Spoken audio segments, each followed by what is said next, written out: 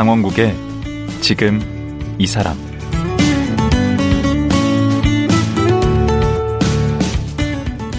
안녕하세요. 강원국입니다. 우울증 같은 정신질환, 마음의 감기일 뿐이라고 하지만 여전히 정신과 문턱을 넘기가 어렵습니다. 정신질환에 대한 선입견이 여전하고 사회생활과 인간관계에 불이익이 있을 수 있기 때문이죠. 그래서 정신질환을 겪는 분들의 병은 더욱 깊어질 수밖에 없는데요. 사회복지사이자 심리치료 상담사로 활동하는 장우석 씨는 자신의 정신병력을 용기 있게 고백하고 지금은 비슷한 처지에 있는 분들을 돕고 있습니다. 장우석 씨 만나보겠습니다.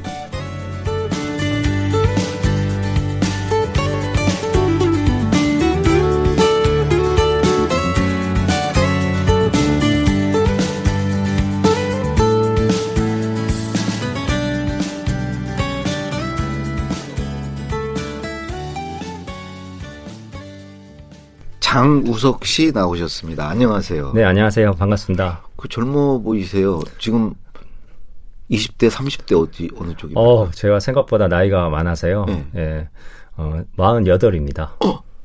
그래요? 네. 정말 젊어 보이시네. 근데 하시는 일이 지금 이제 사회복지사이시기도 하고 심리 상담사, 태권도 사범, 또 책도 2권이나 내셨어요. 그러니까 이제 작가신데 일단 작가라고 불러드릴까요? 네. 작가면서 심리 상담 일을 저녁에 하고 있고요. 그리고 이제 연차를 내서 강연을 전국에서 하고 있습니다. 그래도 생업이 있으실 거 아니에요? 월급 받는 생업. 네, 생업을 주로 가져야 되기 때문에요. 네. 은행에서 청원경찰 일을 3년째 하고 있습니다. 또 청원경찰 일도 하시고 강연도 하시고. 네. 그다음에 저녁 때는 심리 상담이요? 네. 어느 분들과 어떻게 하는 거죠? 네, 심리 상담을 정신건강에 대한 우울증, 조울증, 조현병의 가족들과 당사자들을 주기적으로 매주 주중에 저녁에 13건 정도를 하고 있습니다. 13분을 상대로? 네. 무엇보다도 본인이 그걸 좀 병을 앓으셨잖아요. 네, 제가 10대 후반에 병이 찾아왔는데요. 네. 처음에는 대인공포부터 찾아왔었습니다. 그게 몇 학년 때? 고등학교 2학년 때 등산부장을 했었는데요. 네. 친구들 앞에 나와서 이렇게 발표를 하는데 정면공포증이 오고 불안이 상당히 정면을 못 보는 게 정면공포증. 네, 정면공포라는 거는 시선공포도 되고 얼굴이 빨개지는 공포. 그런 건 누구나 있지 않아요? 예, 그런데 이제 그 정도 돼서 제가 막 도망가고 싶고 사람들이 무서워지고. 그건 나도 그랬는데. 예, 너무 무서워가지고 사람들을 피해 다니고 그랬습니다. 예. 그것도 병인가요? 이제 정도가 심해져가지고요. 나중에는 이제 친구들이 저를 수군거리고 놀리는 것 같고, 제가 이런 대인공포 있는 걸 가지고 뭐라고 하면서 저한테 안 좋은 얘기를 할 것 같다는 생각이 계속 상상이 되면서 수면 장애도 오고 또 그러는 와중에 친구들과 이제 학교 폭력 같은 데 휘말려서 좀 마음의 상처도 있고 그러다가 우울증으로 넘어가게 됐습니다. 네. 그럼 원래 어떤 성격이랄까 기질이랄까 그런 것도 좀 있었습니까? 예, 있었던 것 같습니다. 어떻게 보면 제가 어머니가 약간 예민하신 신경증 같은 예민한 부분이 있었고요. 아버지는 약간 기분 변화가 많으신 조울 기질을 갖고 계셨던 것 같습니다. 그래서 이제 기분적으로 되게 섬세하고 감수성이 예민한 그런 아이였는데 저희 아버지가 좀 인생이 한번 바뀌신 계기가 군대에 가서 인생이 바뀌셔서요. 아버님 인생이? 예, 그래서 스파르타로 좀 아들을 강하게 키우려고 했는데 제가 아버지한테 상처를 받고 어떤 상처를? 아버지가 이제 좀 강하게 얘기하면 제가 울고 그다음에 주눅 들게 하면 혼이 나고 매를 맞고 이렇게 하는 와중에 좀 자주 사랑해서 하는 거긴 하죠. 예, 아버지 사랑이신데 제가 이제 어릴 때는 철이 안 들어서 아버지가 나를 미워하는갑다.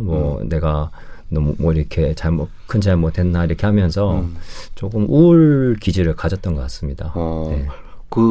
몇 남 몇 녀셨어요? 예, 큰 누나, 작은 누나, 그리고 저 여동생 이렇게 있어요. 그럼 아들이 하나에 네. 딸 셋이네요? 예. 그러니까 외아들에 대한 뭐 기대가 좀 크셨겠네. 예. 그래서 기대가 크다 보니까 이제 아버지가 좀 이렇게 잘 되길 바라는 마음에 그러셨던 것 같습니다. 거기다 또 학교 가서 학교 폭력을 당하셨다고. 네. 그러면서 우울증을 앓게 네. 됐다고요. 네. 우울증으로 한 2년 정도를 겪었습니다. 그 증상이 어땠어요?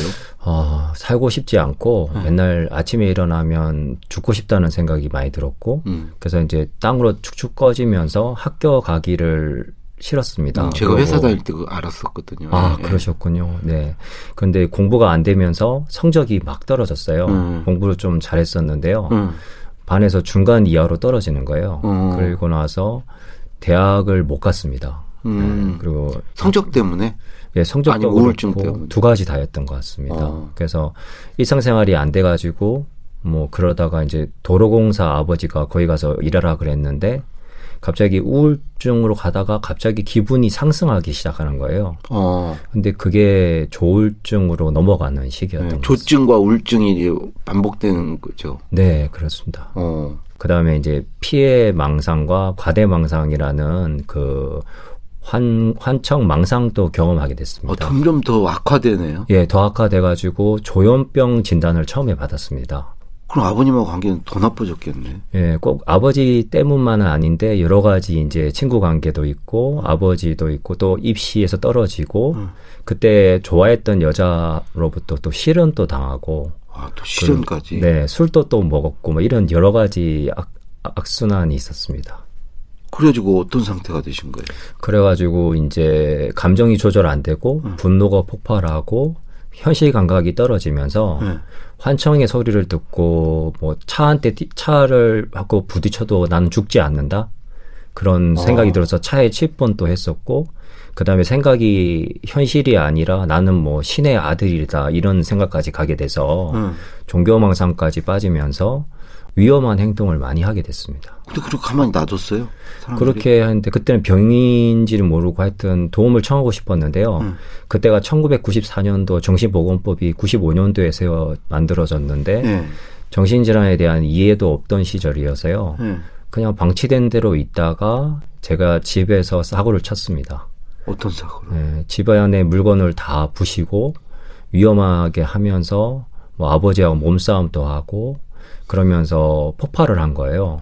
그리고 나서 119가 와서 묶여가지고 병원에 강제 입원을 하게 됐습니다. 그럼 그때 비로소 이제 이게 병이라고 생각을 하게 된 거예요? 그 병이라는 걸 생각하기까지는 1, 2년 더 후였던 것 같습니다. 그래서 병원에 입원까지 했는데? 예, 그래서 이제 그게 병식을 찾아가는 데까지 한 병식이라고 하는데요. 내가 병이 있다는 거를 아는 것을 병식이라 그러는데요. 알식자구나. 예, 그렇습니다. 근데 정신질환에 걸린 사람이 자기가 병이 있다고 아는 데까지 인정하는 데까지 8년이 걸린답니다. 그렇게? 예. 그렇게 많이 걸려요? 예, 그 이유가 나는 좀 성격이 좀 원래 이렇다고 생각할 수도 있고 나는 뭐 원래 이렇게 좀 스트레스나 상처 때문에 이렇게 된 거라고 생각하면서 일시적일 수다. 일시적이거나 심리적인 요인이라고 생각을 하는데 사실은 정신질환은 뇌 질환이거든요. 그래서 발병을 해서 의지로 안 되는 부분이기 때문에 병으로 하는 건데 그거를 모르다가 계속 재발하고 입원하게 되죠. 예. 그러면 우리 국민 중에 자기는 모르는데 병인 경우 많이 있겠네요. 예, 평균 유병률이요. 정신질환의 유병률이 25%입니다. 전체 국민의 4분의 1이 정신질환이 있다고요? 정신질환이 걸릴 확률이고요. 실제로 뭐 한 4가정당 한 명 정도가 정신질환에 노출돼 있고.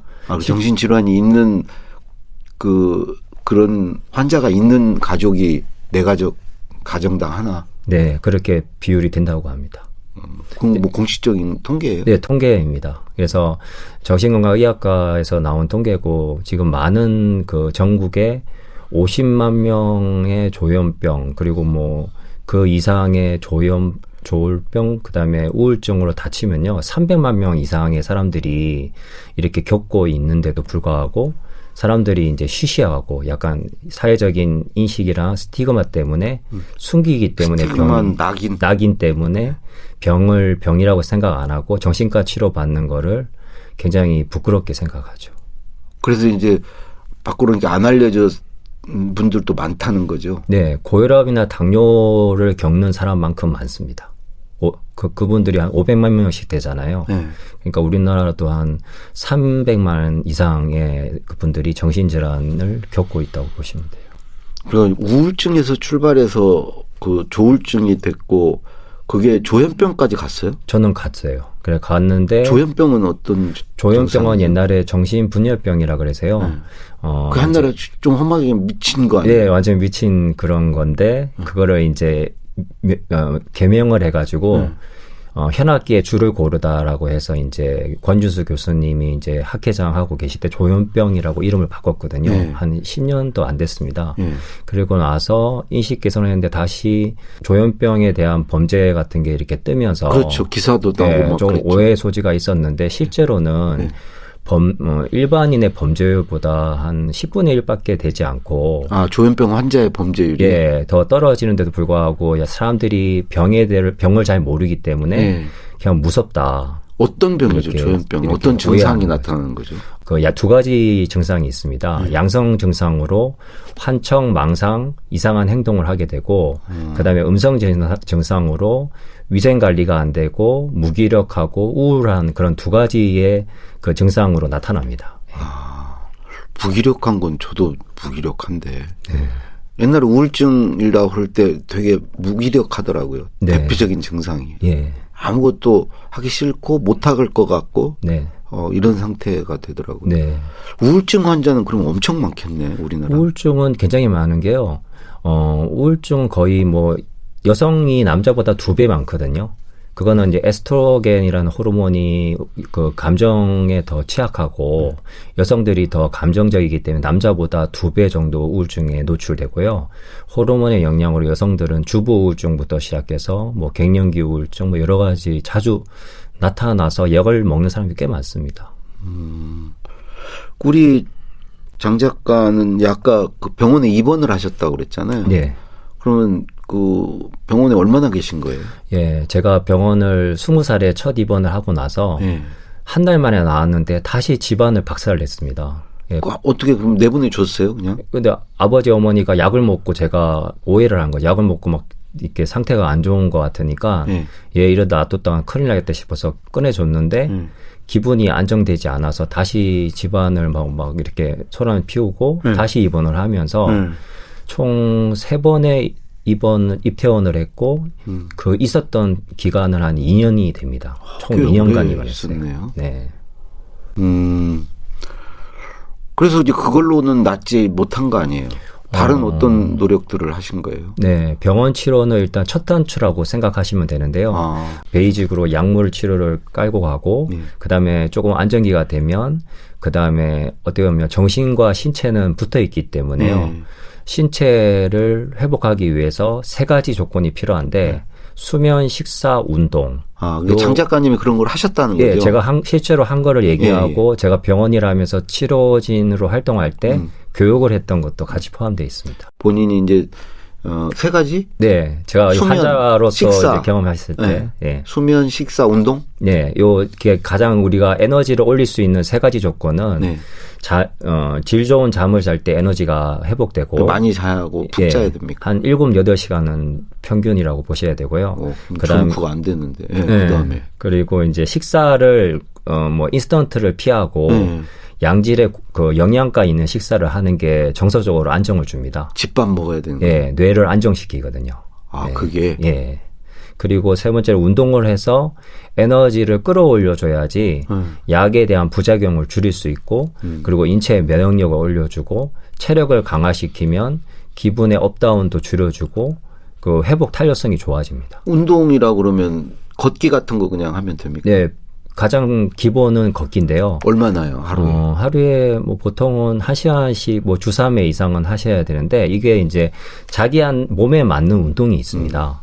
제가 나중에 뭐 태권도 사범도 했지만 제가 운동을 하는 과정에서 등산이나 산책이 어떻게 보면 자연과 함께 할수록 사람 몸은 회복되거든요. 그래서 어떻게 보면 자연을 가까이 하면 피톤치드도 나오고 자연 치유력으로 인해서 많이 회복되거든요. 그래서 일단 유산소 운동, 그다음에 뭐 근력 운동, 그다음에 스트레칭, 그러면서 자기한테 맞는 운동을 찾아서 이게 규칙적으로 즐겁게 한다면 이제 뇌 밸런스를 다시 회복할 수가 있습니다. 그러니까 잘 자고 잘 먹고 적당히 운동하고. 네, 또 즐거움을 또 다시 찾아야겠죠. 그리고 아까 또 다른 것도 필요하다고 그러셨잖아요. 예, 다른 거는 이제 사람과의 관계, 심리적인 그런 부분인데 심리사회적인 건데요. 인간관계가 질병으로 인해서 단절이 돼서 불통으로 시작해서 소통으로 가야지 회복됩니다. 왜냐하면 정신질환은 불통이 돼서 자가 면역 질환으로 자신을 공격하는 사람이 고립이 돼서 이제 죽게 된 상황이 거의 정신질환이라 볼 수 있거든요. 그래서 소통의 길을 열기 위해서는 상담 치료를 받아야 되고 누군가를 신뢰할 수 있는 사람을 만나야 됩니다. 그리고 가족과의 소통이 안 됐던 것도 선순환을 하기 위해서 가족 교육도 받고, 예, 가족들도 변화돼야 되고 당사자도 소통법을 키워서 자기 감정을 표현하는 힘을 키워야 됩니다. 그래야지 자기가 하고 싶은 얘기를 하고 감정을 표현해서 스트레스를 풀어갈 수가 있습니다. 그럼 이제 그런 게 된 거예요? 우선 아까 운동은 이제 태권도를 하셨다고. 네, 저도 태권도를 뭐 사범을 처음부터 하려고 했던 건 아닌데요. 건강을 회복하려고 보니까 등산을 한 몇 년 혼자서 다니다가요. 그 다음에 좀 더 좋은 운동이 없을까 하다가 어릴 때 그래도 아버지가 태권도 몇 단을 따게 해주셔서 제가 이거를 그냥 더 운동으로 취미로 해보겠다 해서 태권도 3단을 따고 4단을 따고 사범 자격증을 땄습니다. 그래서 나중에 도장에서 열심히 하니까 사범 제1을 받았죠. 그래서 사범 생활을 하게 됐습니다. 몇 단까지? 4단? 4단에 사범 자격증이 있습니다. 그래서 사범도 하셨어요? 예, 태권도장에서 사범 생활을 하게 됐습니다. 네. 그리고 아까 이제 관계가 회복돼야 된다고 하는데 그런 것들은 어떻게 잘 됐습니까?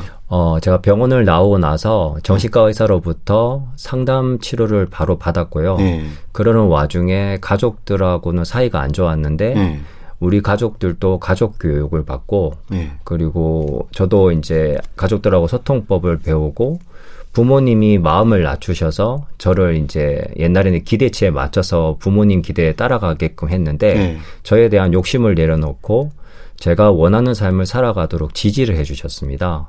그래서 너를 사랑한다, 너를 믿는다. 그러면서 꼭 안아주셨거든요. 그렇게 하고 나서 제가 가족이 회복되면서 아버지에 대한 분노도 풀어가고 그리고 이제 그러는 와중에서 제가 좀 치료가 많이 됐습니다.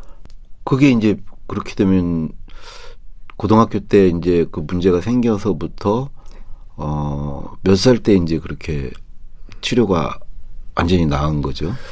제가 20대에는 계속 그 증상이 찾아왔습니다. 그래서 재발 경고라고 하는데 위기가 1년에 한 3-4차례씩 왔고 30 가까울 때까지 계속 롤러코스터 같이 그 증상이 찾아왔는데요. 근데 23살의 마지막 입원이고 그 이후에는 위기 때 뭐 응급실을 찾아가서 주사를 맞고 온다거나 아니면 뭐 집을 입원실 같이 사용해서 입원하지 않고 이렇게 지냈고 부모님이 이제 가족 교육 받고 저하고 이제 조금 감정이 풀어지고 나서 24살 때 부모님이 이민을 가셨습니다. 어디? 미국으로 이민을 가셔서 그럼 이제 이산 가족이 됐는데요. 그래도 부모님이 전화가 오셔서 항상 저를 지지해주고 또 이제 이렇게 믿음이 있으셔서 기도도 많이 해주시고 그랬습니다. 우스갯소리지만 그렇게 미국으로 이민 가신 거 혹시 그 우리 아들 저기 하고 떨어지기 위해서 혹시 가신 건 아닌가? 네. 그건 아니죠?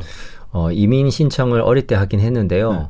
여러 가지 연유로 이제 어머니하고 저하고 밀착이 되다 보니까 어머니도 같이 마음의 병이 올 뻔했어요. 그래서 같이 약을 드실 뻔해서 가족이 이러다가는 다 죽겠구나. 그러니까 가정 파탄 나는 거지. 네. 그리고 가족들로 제가 병원비로 너무 많은 돈을 써서요. 보통 정신질환을 겪는 가정이 3년 이내에 수급자가 될 확률도 거의 70%가 넘는다 그럽니다. 수급자라는 게 가장 이제 차상위보다 더 떨어져서 재산이 없는 사람들 국가에서 도와주는 기초생활 수급자 있잖아요. 기초생활 수급자. 네, 그 정도까지 떨어지는 비율이 상당히 높습니다. 그러니까 경제적으로도 어려움을 겪는다는 거죠. 네. 그 처음에 이렇게 발병하고 했을 때 이제 그 병원에 들어가고 그럴 때 뭐 병원 안 들어가려고 하고 그랬을 거 아니에요? 네. 그럴 때 뭐 가족 부모님이나 또 그 누님 네. 동생들하고 막 갈등 뭐 이런 게 굉장히 힘들었을 것 같은데. 네, 그렇습니다. 어떻게 보면 가족들도 이제 누나도 결혼할 때였고 부모님도 이제 돈을 열심히 버는데도 병원비로 다 들어가니까 형제들이 너무 힘들어했고 또 저는 아버지랑 계속 이제 관계가 나쁘고 그러니까 아버지가 지방에 내려가서 포크레인 일을 하시고 그리고 떨어져 지내고 또 어머니한테도 제가 계속 이렇게 갈등이 생겨서 어머니하고 싸우는 일도 많았었고 그러다가 이제 어머니가 너하고 못 살겠다. 너는 저기 무인도 가서 살아야 되지 않냐 이런 얘기도 나올 정도로 굉장히 스트레스가 큰 시기가 있었습니다. 그러니까 어떤 뭐 암에 걸리거나 그러면은 네. 이제 걸린 환자가 힘들고 그런 건 물론 그런 경우도 가족이 힘들긴 한데 특히 정신질환은 더 영향을 받을 것 같아요. 가족들이. 네. 어떻게 보면 이제 자기 감정이나 생각들을 조절하기 힘이 약해져서 네.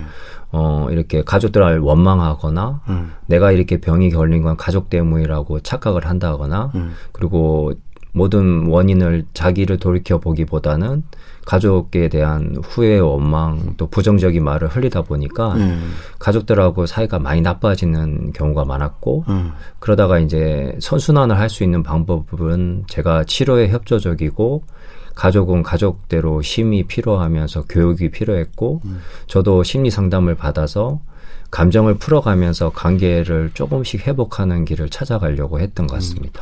가족분들도 처음에 이제 이제 정신질환 확인이 됐을 때 사실 그래서는 안 되지만 뭐 밖에다 알리기도 좀 그렇고 네. 특히 이제 뭐 친척들이나 이런 분들한테도 이렇게 쉬쉬하기 십상이고 네. 그러니까 더 이렇게 이게 문제가 해결이 안 되고 더 안으로 골마 들어가고 이제 그럴 수도 있었을 것 같아요.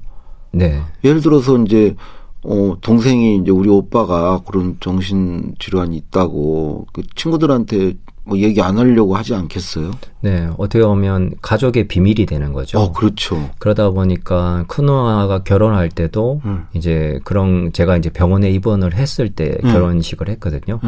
이제 그런 것도 굉장히 이제 어머니 아버지가 되게 마음이 아프신 거죠. 쉬쉬하셨겠네. 예, 그런 상황에서 시댁에 그런 게 동생이 그렇다 그러면 혹시 또 우리 며느리도 뭐 네. 그런 거 아니야? 뭐 이렇게 오해할 수 있잖아요. 예, 그 당시에는 그런 게 많았었는데 다행히 이제 매형을 큰 누나가 잘 이해시켰고 그러는 와중에 했었는데 제가 이제 그때는 건강하지가 못해서 근데 그러는 와중에도 또 다행인 거는 가족들이 마음을 조금씩 열어주고 저를 포기하지 않았다는 것에 전 너무 감사합니다. 안 그러면 병원에서 평생 살 것 같은 두려움에 빠져서 아마 좌절했지 않았을까 싶습니다. 그래서 그게 이제 몇 살쯤이었죠? 그게 25살 기점으로 해서 제가 조금씩 나아지면서 대한정신장애인 가족협회 수기도 써서 이제 25살에 이제 우수상도 받고 그렇게 하면서 이제 그 공동체를 달리다쿰이라는 공동체를 26살에 만나면서 달리다쿰이요? 예. 그 어떤 공동체? 그게 이제 정신건강 회복 공동체인데요. 이렇게 아픈 사람들이나 가족들이 이렇게 소통하고 정보도 나누고 서로 돕는 그런 자조 지지 집단이었습니다. 아, 자조. 네. 서로 지지해주고 서로 돕는 공동체였습니다. 그런 게 있어요? 네. 그리고 또 모임을 만드신 모임도 있나요? 네, 제가 그 만든 모임은 제가 책을 쓰고 병원 일을 하고 나서 나와가지고 이제 책을 이제 한두 권 쓰고 나서 활동한 게 이제 회복의 등대라는 모임을 만들었습니다. 회복의 등대? 네. 그 책을 쓴 책은 회복의 증거였죠? 네. 그게 이제 이 두 번째 책인데요. 1권 책은 당신은 아파했던 만큼 행복할 수 있는 사람입니다. 예. 이게 이제 요번에 또 신간으로 2세를 찍었고요. 예. 그리고 이제 회복의 증거라는 책을 2권으로 냈었습니다. 그래서 2권을 냈는데 제가 이제 충청도 내려가서 생활할 때 회복의 등대라는 모임을 만들어서 가족과 당사자들을 돕는 활동을 또 했습니다. 회복의 등대? 네. 예, 그걸 통해서 이렇게 갚으려고 만드셨나 봐요. 예, 그렇게 하면서 저도 그 가족들이나 당사자들을 이제 한 3년 이상 이렇게 개인적으로 많이 도와줬었습니다. 네. 지금은 이제 활동 그건 안 하시고. 네. 거기서 회복된 형제 자매들이 지금 일상생활을 잘 하고 있고요. 직장도 다니고 있고 뭐 결혼 생활도 잘 하시는 분도 많습니다. 이제 그러다가 뒤늦게 대학에 가셨어요? 네, 대학을 제가 20살에는 못 가고요. 그리고 노래방에서 5년 일하고 태권도 사범으로 10년 일하고 그러다가 제가 10년이나 태권도 사범을 했어요? 네, 태권도 사범도 일했는데 도장에서 일한 거는 3년이고요. 그 이후에는 유아 특기 교육이라 그래서 그 서울에 있는 유치원을 다니면서 300군데 이상을 다니면서 유치원에서 체육과 레크레이션과 체육을 가르쳤어요. 그래서 또 그렇게 또 하다 보니까 성격이 대인공포증도 났고 그다음에 또 좀 약간 활달한 성격이 됐습니다. 사람들 앞에서도 좀 말도 못하고 막 사람도 제대로 만나지도 못했던 사람이 정말 많이 변화했네. 네, 제가 꿈이 있었는데요. 남들 앞에서 대중들 앞에서 강연을 하는 건데 지금 강연도 하시잖아요. 강연도 많이 했습니다. 네. 예. 그래서 이제 30 몇 살에 그럼 대학을 가신 거예요? 네, 33살에 이제 사회복지학과 야간을 갔어요. 예, 그러면 지금 시간이 다 돼서 그런데 그 대학 간 얘기부터는 내일 하루 더 모시고 이어서 좀 듣도록 하겠습니다. 네. 예. 감사합니다. 나오실 수 있죠? 네, 있습니다. 예. 오늘 말씀 고맙습니다. 네, 감사합니다. 예. 정신질환을 극복하고 사회복지사 그리고 심리상담사로 활동하고 있는 장우석 씨였습니다.